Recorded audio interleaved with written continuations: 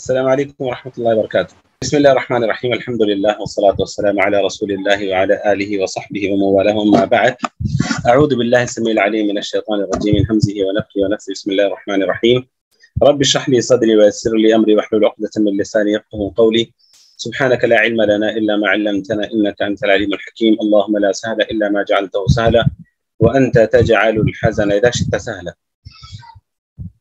معزز طلبہ اور طالبات، جیسا کہ آپ جانتے ہیں کہ اس وقت ہم العقیدۃ الواسطیہ شیخ الاسلام ابن تیمیہ رحمہ اللہ پڑھتے ہیں، تو ہمارا موضوع چل رہا تھا کہ قیامت کے دن وہ کون سے اہم امور ہیں جو قیامت کے دن واقع ہوں گے.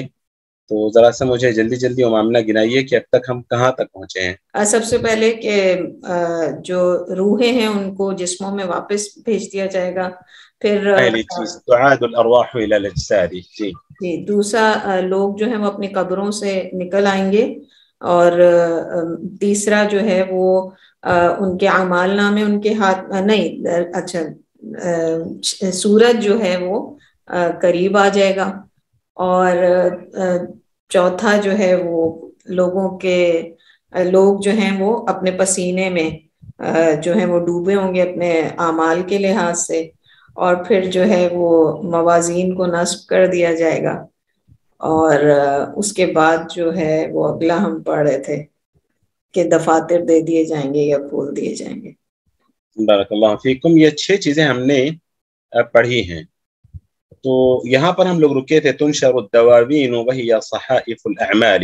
یہاں تک ہم نے پڑھا تھا. صحائف الاعمال کی شرح کرتے ہوئے میں نے بتایا تھا کہ کون کون سے اعمال ہمارے دفتر میں نوٹ کیے جائیں گے، کون کون سے اعمال ہیں جو ہمارے دفتر میں نوٹ کیے جائیں گے. ظاہر سی بات ہے جو ظاہری اعمال ہیں وہ تو نوٹ کیے جائیں گے ہی، اس کے علاوہ ہماری نیتیں بھی نوٹ کی جائیں گی.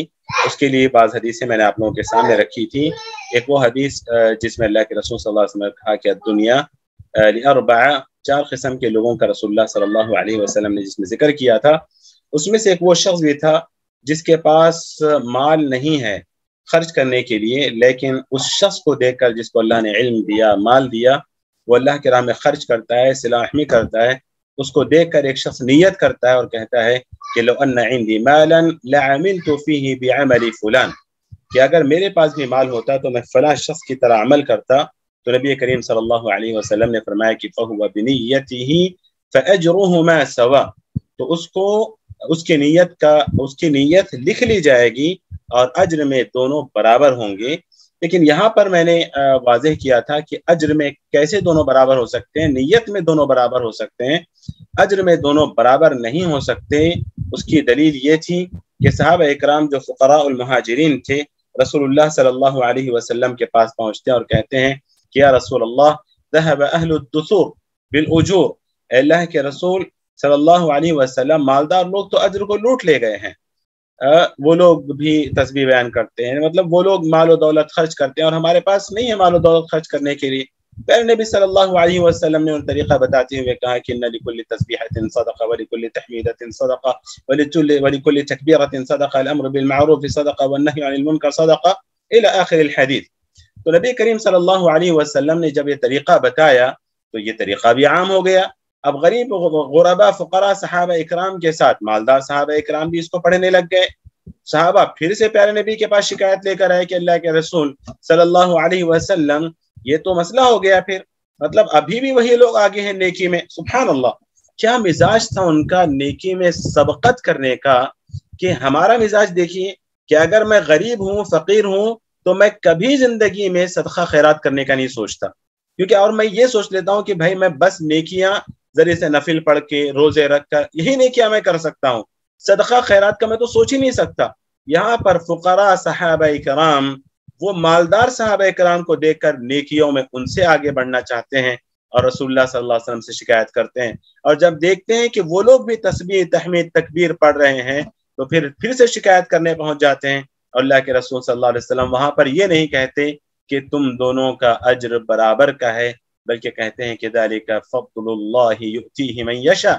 نبی کریم صلی اللہ علیہ وسلم نے یہ نہیں کہا انکم بنیتکم ادرکتم عملہم، کہ بھئی اپنی نیت کے حساب سے تم ان کے برابر تمہارا اجر و ثواب ہے. وہ پیسہ خرچ کر کے اجر و ثواب کما رہے ہیں اور تم نیت کر کے انہی کے برابر تمہارا اجر ہوگا، یہ نہیں کہا پیارے نبی نے۔ پیارے نبی صلی اللہ علیہ وسلم نے کہا ذالک فضل اللہ یؤتیہ من یشاء، اور یہی اللہ رب العالمین کا عدل ہے، یہی عدل کا تقاضا ہے کہ ایک شخص عمل کرتا ہے، ایک شخص نیت کر رہا ہے۔ تو بہرحال الشاہد یہاں پر یہ ہے کہ انسان جو نیک عمل کی نیت کرتا ہے، پیارے نبی نے کہا فَهُوَ بِنِيَّتِهِ فَأَجْرُهُ مَا سَوَى، تو یہ نیت کا جو اجر ہے اس میں کرنے والا اور نیت کرنے والا، نیت کا اجر دونوں کا برابر ہے، نہ کہ عمل کا اجر۔ سمجھ رہے ہیں آپ لوگ؟ سمجھ رہے ہیں؟ دوسری چیز یہاں پر یہ ہے کہ ایک تو نیت ہو گئی، دوسرا ایک ہے ہم، یعنی ارادہ۔ ارادہ ابن عثیمین رحمہ اللہ کہتے ہیں کہ دو طرح کا ارادہ ہوتا ہے۔ ایک ارادہ یہم بالشیء ویفعل ما یقدر علیہ من ثم یحال بینہ وبین اکمالہ، ایک شخص کوئی کام کرنے کا ارادہ کرتا ہے لیکن وہ کام کرنے سے پہلے کوئی چیز اس کے اور اس کام کے درمیان حائل ہو جاتی ہے۔ مثلا ایک آدمی نے ارادہ کیا کہ میں حج پر جاؤں گا، وہ جا نہیں پایا، اس سے پہلے موت واقع ہو گئی، تو کیا اس کو حج کا جو اس نے ارادہ کیا تھا، کیا اس پر اس کو اس حج کا ارادہ جو اس نے کیا اس کو ثواب ملے گا؟ مثلا ارادہ کیا کہ میں اگلے پیر کو یا میں روزہ رکھوں گا، وہ روزہ رکھ نہیں سکا، کسی وجہ سے کوئی چیز حائل ہو گئی، تو جو اس نے نیکی کا ارادہ کیا لیکن کوئی چیز اس کے اور نیکی کے درمیان حائل ہو گئی، تو کیا اس کو اس کا اجر ملے گا؟ بالکل ملے گا۔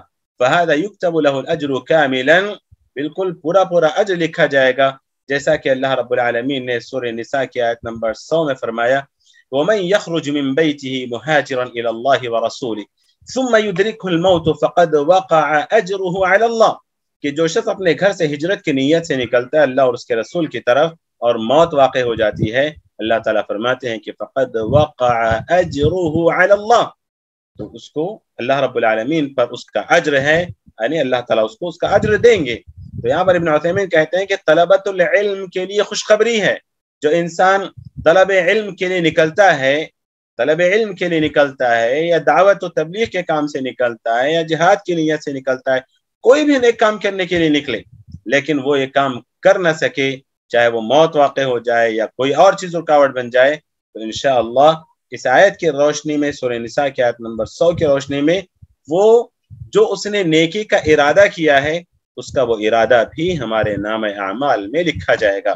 تو اس طرح سے تین چیزیں ہو گئیں، ایک تو یہ کہ ہمارے جو ظاہری اعمال اقوال ہیں وہ سارے کے سارے نام اعمال میں لکھے جائیں گے، اس کے علاوہ جو ہماری نیت ہے وہ نیت بھی لکھی جائے گی، اور تیسری چیز ہمارا جو ارادہ ہے وہ ارادہ بھی لکھا جائے گا کہ میں کام کرنے کا ارادہ کیا اور کام کرنے کے لیے نکلا لیکن وہ کام کر نہیں پایا، تو پھر اس کا وہ ارادہ بھی لکھا۔ لیکن چلو اسی طرح ایک آدمی ارادہ کرتا ہے، نیک کام کرنے کا ارادہ کرتا ہے، طاقت رکھتے ہوئے وہ اس نیک کام کو چھوڑ دیتا ہے، حالانکہ وہ طاقت رکھتا ہے، وہ کر سکتا تھا لیکن ارادہ کیا اور طاقت رکھتے ہوئے اس کو چھوڑ دیا۔ تو یہاں پر دو چیزیں فرق کریں آپ لوگ، ایک شخص نے ارادہ کیا اور اس ارادے کو پورا کرنے کی اس نے کوشش بھی کی لیکن موت یا کوئی اور چیز رکاوٹ بن گئی، تو مکمل عمل کا اجر و ثواب اس کو ملے گا۔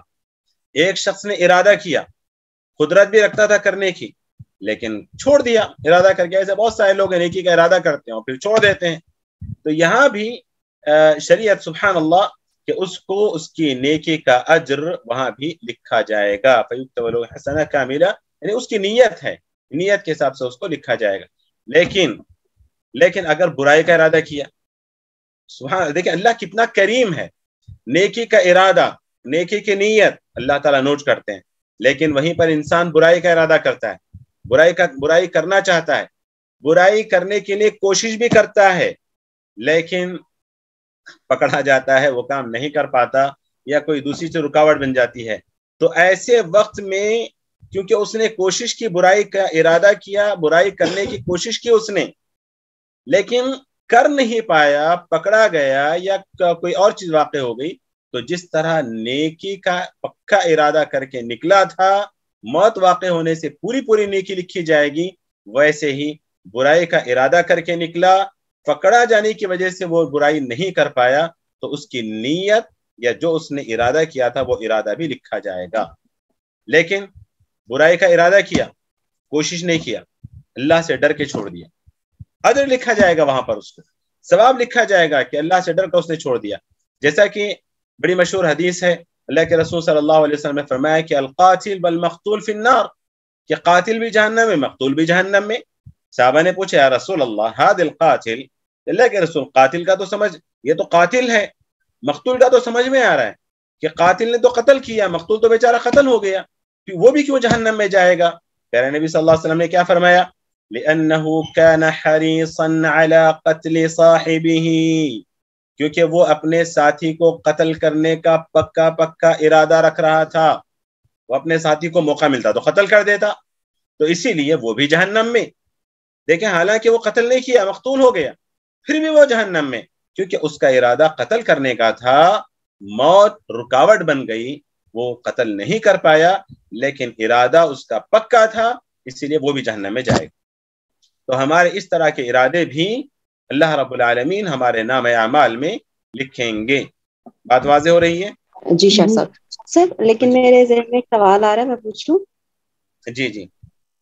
جیسے ابھی قاتل اور مقتول کی بات ہو رہی تھی, مطلب یعنی قاتل جو ہے, دیکھیں ایک ہوتا ہے کہ کسی نے پہلے حملہ کیا ہے اور اب وہ دوسرا جو ہے وہ سیلف ڈیفینس میں مطلب وہ لڑ رہا ہے, تو یہ تو اس صورت میں نہیں آتا ہے نا؟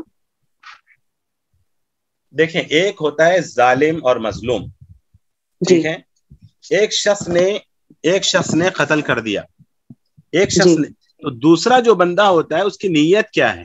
یہاں پر مقتول میں رسول اللہ صلی اللہ علیہ وسلم نے کہا کہ وہ شخص, وہ مقتول جو قاتل کو بھی قتل کرنے کا پکا ارادہ رکھتا تھا, بس وہ شخص. ایک وہ شخص جو آپ کہہ رہی ہیں کہ ڈیفنس میں آ کر, ڈیفنس کا مطلب ہے کہ اپنے آپ کو بچاتا ہے, بچاتے ہوئے, جی جی ہاں, اپنے آپ کو بچاتے ہوئے اگر مر گیا تو ظاہر سی بات ہے وہ تو مظلوم ہے, یعنی قتل مظلوما فهو شہید, نہیں, یا بڑا مقام ہے اس کا. لیکن یہاں پر پیارے نبی کس مقتول کے بارے میں بات کر رہے ہیں؟ جو خود قتل کرنے کا ارادہ رکھتا تھا. ہاں, جو قاتل کو قتل کرنے کا ارادہ رکھتا تھا, اس مقتول کے بارے میں بات ہو رہی ہے, نہ کہ وہ شخص جس کو کوئی قتل کرنے کے لیے پہنچ گیا اور وہ دفاع کر رہا ہے, دفاع کرتے ہوئے مر گیا. تو شیخ دونوں ہی ناحق ایک دوسرے کو مارنا چاہ رہے تھے نا پھر؟ نہیں, کیسے؟ اگر جو دو لوگ ہیں قاتل مقتول میں ناحق مارنا چاہ رہے ہیں, جی انہیں کی لیکن بات, ایک شخص دوسرا ظالم مظلوم ہے کہ ظالم ناحق مارنا چاہتا ہے, مظلوم دفاع کرتے مر جاتا ہے. نہیں شیخ, میں یہ بات سمجھنے کی, یعنی یہ جو سوال ہوا اس کی روشنی میں یہ بات سمجھنے کی کوشش کر رہی ہوں کہ جو پہلی والی حدیث ہے, جو اصل حدیث جس پہ بیس کر کے یہ بات ہو رہی ہے, تو اس میں جو قاتل اور مقتول دونوں جہنم میں جائیں گے, تو وہ دونوں ہی دراصل, کیونکہ اگر جہاد ہوتا پھر تو ظاہر ہے ایک وہ مسلمان ہوتا اور ایک جو ہے وہ اس کو, بالکل صحیح, بالکل صحیح, وہاں پر قاتل مقتول نہیں کہیں گے. جی, تو یہ والی یہاں پر تو ناحق لڑائی کی بات ہو رہی ہے. جی جزاک اللہ. ناحق لڑائی کی ہی بات ہو رہی ہے. کیسے ہمیں یہ بات کیسے پتا چلی؟ کیونکہ پیارے نبی صلی اللہ علیہ وسلم نے دیکھیں, حق کی بھی لڑائی اگر ہونا, حق کی لڑائی کا مطلب جہاد ہو تو وہ ایک الگ چیز ہے, لیکن دو بندے آپس میں لڑ رہے ہیں, ایک بندہ ایک کو قتل کرنا چاہ رہا ہے, کیوں؟ کیونکہ جو ہے نا اس نے سمجھے کہ کسی کا قتل کیا, مثلا عبد الرحمن نے عبداللہ کے بھائی کا قتل کر دیا, مثلا عبد الرحمن نے عبداللہ کے بھائی کا قتل کیا, اب عبداللہ آتا ہے کہتا ہے کہ تو نے میرے بھائی کا قتل کیا, میں تجھے قتل کروں گا. اب یہ حق ہے اس کا قتل کرنا یا ناحق ہے؟ حق ہے. کیسے حق ہے؟ نہیں, ناحق ہے کیونکہ گورنمنٹ جو ہے وہ سزا دے گی. ہاں, کیونکہ وقت کا جو قاضی ہوگا اس کی ذمہ داری ہے قصاص دلوانا. جی جی, اس پر حد جاری کرنا اس کی ذمہ داری ہے, نہ کہ جس پر ظلم ہوا وہ آئے گا اور بولے گا کہ حق ہے میں قتل کرنا چاہوں گا تمہیں, میں قتل کر دوں گا. سمجھ رہی ہیں معاملہ؟ شیخ اس حوالے سے مجھے ایک آیت کا وہ یاد آ رہا ہے کہ جس میں وہ حابیل اور قابیل کا ذکر تھا, تو اس نے کہا تھا کہ میں ہاتھ نہیں بڑھاؤں گا تمہاری طرف قتل کے ارادے سے, یعنی اس کی نیت بھی نہیں تھی نا, وہ بھی اس میں ہم ایڈ کر سکتے ہیں. بالکل, دیکھیں وہ بھی مظلوم ہی مرا, وہ جو بھائی کا قتل ہوا وہ تو مظلوم بن کر اس کا قتل ہوا ہے, اور وہ ظالم تھا, اسی لیے اللہ تعالیٰ نے کہا کہ من اجل ذلك كتبنا على بني اسرائيل انه من قتل نفسا بغير نفس, دیکھیں من قتل نفسا بغیر نفس او فساد فی الارض فکأنما قتل الناس جميعا. یہ آیت کریمہ بتا رہی ہے کہ وہ اس نے ناحق قتل کیا اور بھائی مظلوم بن کر وہ مقتول ہو گیا. تو وہ یہاں ہم فٹ نہیں کریں گے اس حدیث میں. یہاں اس حدیث میں جو بات بتائی جا رہی ہے وہ ناحق ایک دوسرے کے ساتھ جھگڑا کرتے ہوئے دونوں کے دونوں یعنی قاتل اور مقتول دونوں کے دونوں, یعنی قاتل تو قتل تو کر دیا, وہ تو جہنم میں جائے گا ہی, لیکن مقتول بھی جہنم میں جائے گا کیونکہ وہ بھی اس کو قتل کرنا چاہتا تھا. یہ ناحق جو جھگڑے ہوتے ہیں, لڑائیوں اور جھگڑوں میں جو ایک دوسرے کو مار لیتے ہیں, وہ لوگ اس ضمن میں آتے ہیں. ٹھیک. بقیہ جو بات آپ کہہ رہے ہیں ڈیفنس میں کوئی آدمی مجھے مارنا چاہتا ہے تو میں قتل کا ارادہ نہیں رکھتا, کیونکہ دیکھیں یہاں پر بات چل رہی ارادے کی ہے نا, بات چل رہی ارادے کی. پیارے نبی صلی اللہ علیہ وسلم سے جب وضاحت طلب کی صحابہ نے, یا رسول اللہ هذا القاتل فما بال المقتول, تو پیارے نبی نے کہا لأنه كان حريصا على قتل صاحبه. یہ ارادہ ہے, یہ ارادہ ہے. تو ارادہ جو سامنے والا بندہ ہے وہ بھی اس کو قتل کرنا چاہتا, تو لڑتے لڑتے اگر ڈیفنس میں اگر اس کا ارادہ بدل جاتا ہے اور وہ سامنے والے کو قتل کرنا چاہتا ہے تو وہ بھی اس ضمن میں آ جائے گا. عبداللہ شیخ صاحب یہاں پہ 3 پوائنٹس جو ہے نیک اعمال اور نیت اور تیسرا ارادہ, تو نیت اور ارادے میں کیا فرق ہے؟ دیکھیں نیت اور ارادے میں یہ فرق ہم نے بتایا کہ ایک شخص صرف نیت کرتا ہے, ایک شخص صرف نیت کرتا ہے. ارادے میں میں نے 2 باتوں کی وضاحت, دونوں ارادوں میں وضاحت کی میں نے. ایک شخص نیک کام کرنے کا ارادہ کیا, جیسے بتایا قرآن کی آیت پڑھی وَمَن يَخْرُجْ مِن بَيْتِهِ مُهَاجِرًا إِلَى اللَّهِ. یہ ارادہ ہے کہ ارادے اور نیت میں یہ فرق ہوتا ہے کہ ارادے میں بندہ اقدام کرتا ہے, آگے بڑھتا ہے, نیت میں اقدام ضروری نہیں ہے. اچھا ٹھیک ہے آصف بھائی, جی ارادے میں اقدام ہو جاتا ہے, اس کو کیا بولتے ہیں اقدام کو؟ اسٹیپس لیتے ہیں, قدم لیتے ہیں. ہاں اسٹیپس لیتا ہے, پیش قدمی کرتا ہے, کیونکہ ہمیں آیت سے معلوم ہو رہی ہے بات. وَمَن يَخْرُجْ نکل گیا, وہ جو نکل گیا, من بیتہ مہاجر اپنے گھر سے نکل گیا ہجرت کے ارادے سے, مہاجر الی اللہ ورسولہ, ثم یدرکہ الموت فقد وقع اجر علی اللہ. ارادے میں اقدام ہوتا ہے, نیت میں اقدام نہیں ہوتا. اسی لیے یہاں پر حدیث میں بھی کہا القاتل والمقتول میں دونوں میں دیکھیں اقدام ہو چکا ہے. نیت کر کے, اگر نیت ہے تو گھروں میں بیٹھ کے سوچ رہے ہیں اگر ملے گا تو میں مار دوں گا اس کو, نیت کر کے گھر میں بیٹھا ہوا ہے, گھر میں نیت کر رہا ہے, غصہ ہے, بھڑک رہا ہے کہ میں اس کو قتل کر دوں گا, میں اس کی جان لے لوں گا, ٹکڑے ٹکڑے کر دوں گا, یہ گھر میں بیٹھ کے. تو یہ نیت ہے, نیت کر کے آگے نکل گیا, اقدام کر لیا, ارادہ ہو گیا اس کا, اب وہ مارنے کے لیے جا رہا ہے. ایسی صورت میں اگر طاقت رکھتے ہوئے عاجزی میں وہ اس نے چھوڑ دیا, عاجزی میں مطلب یہ کہ طاقت رکھتے ہوئے نکل گیا, موت آ گئی یا پھر پکڑا گیا, تو پھر اس کا گناہ لکھا جائے گا. لیکن طاقت رکھتے ہوئے اس نے اقدام کر کے بھی طاقت رکھتے ہوئے اللہ سے ڈر کر اس نے چھوڑ دیا, جیسا کہ وہ واقعہ ہم سنتے ہیں بنی اسرائیل کے اسرائیلیات میں رسول اللہ صلی اللہ علیہ وسلم کی جو معروف اور مشہور حدیث ہے کہ اپنے چچا زاد بہن کے ساتھ جو اس کی ضرورت پوری کر کے اس نے ہم بستری کی بات کی تھی, اور جب ہم بستری کا وقت آ گیا اقدام ہو گیا, دیکھیے اقدام ہو گیا, اور اس لڑکی نے جب اس سے اللہ کا خوف دلایا تو وہ بچ گئے, اس نے نہیں کیا, تو یہاں پر تو اجر لکھا جائے گا.